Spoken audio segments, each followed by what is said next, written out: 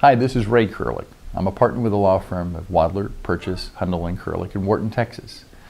I'd like to talk with small business owners today about kind of a worst case scenario that unfortunately we often see, and that is you've been threatened with a lawsuit or a claim for damages of some sort. Hopefully, you've seen our earlier video in which we discussed liability insurance and you properly evaluated your risk with regard to liability insurance. If so, you've got an easy first step. Make sure and notify your agent and your insurance company of potential claims. That means forwarding a copy of any letter or claim that you receive in the mail, and make sure that as many insurance companies as possible have notice of actually what's being claimed. Each of these companies will evaluate whether or not there's potential coverage under their policy, and they'll respond to you.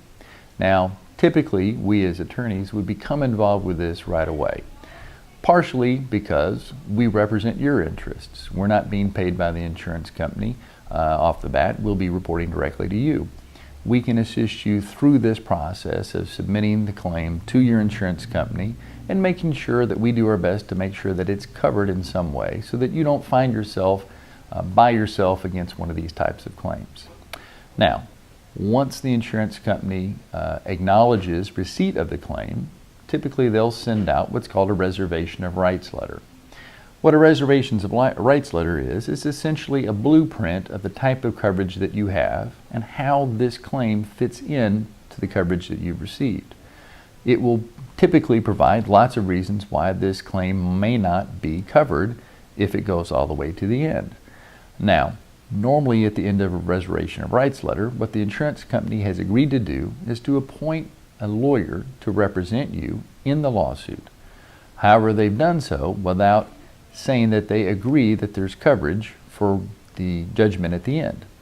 They're entitled to do this, and this certainly is Texas law. However, you also have certain rights under Texas law, and those rights include the right to request counsel of your choosing if the insurance company intends to reserve their rights as to this particular lawsuit. Certainly we've had good relationships with a number of our clients who have had claims, and we've dealt directly with their insurance companies to actually defend against claims and actually submit our bills directly to the insurance company for payment. Many insurance companies are willing to do this. If they're not, oftentimes what they'll do is simply agree to continue the defense of the case without reserving their rights, which again, we feel is a good outcome for our clients.